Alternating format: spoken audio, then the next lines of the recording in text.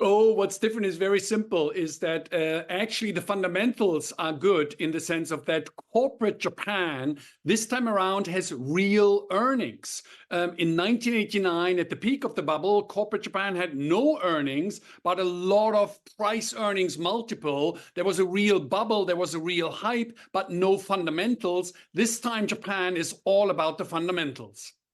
It's about the fundamentals, Jesper, and everything about Japan, which I love in many ways, is supersized. So we've got a supersized rally of the last 5 years, 84%. We've got a supersized debt to GDP. We've got a supersized implosion of the currency as well. We've got a supersized low of interest rates that just defies every other G7 and G20 economy and what they've been doing with interest rates as well. It's just the dynamics scare me because all the numbers are so big in each direction.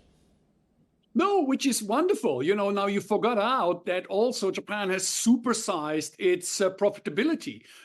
Corporate profits are basically up 6 times, over the last decade. So it's not a lost decade. Corporate Japan has really sweat. And the nice thing is that, here in Japan, nobody believes it's for real. Like the skeptics are the locals. Mr. and Mrs. Watanabe isn't buying it. It's the rest of the world that says, whoa, Japan is interesting. I spoke to the central bank governor, the former central bank governor, the legendary central bank governor, it must have been, honestly, Jesper, about 10 years ago. We were at a G7 in Dresden, I remember. And I said to him, how long have you got to fix the balance sheet with your ageing population and before the postal savings get brought down and then people start taking money out of the JGBs? And he said, well, we'd like to get there by the end of the decade. Well, that was 5 years ago, his timeline as well. Nothing's happened. The debt to GDP is bigger. The interest rates are zero still as well. And I hear what you're saying about the profits, and that's a great reason why the decay's up. But why are none of the other longer-term huge concerns beginning to even touch the sides 10 years after I had that conversation with the central bank governor?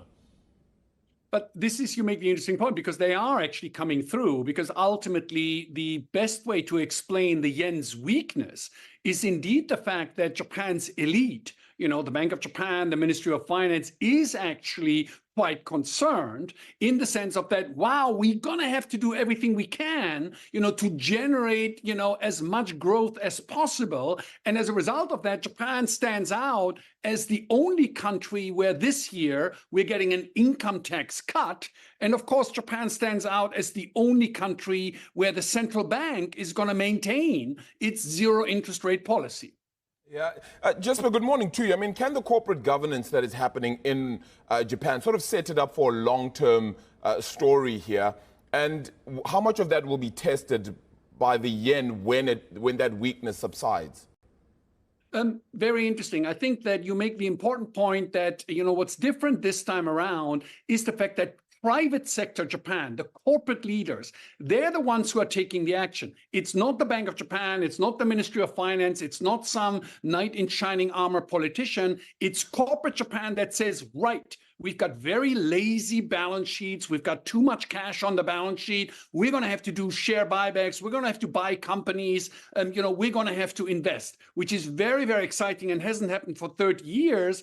And, it really is the reality of the macroeconomic conditions with the aging of society, with the zero interest rate policy, with the high fiscal deficit, now forcing the younger generation, the next generation of corporate leaders to say, right, we can't wait for the government. We're going to have to do something to get our own act together. And that's exactly what's happening. And that's why you invest in Japanese shares.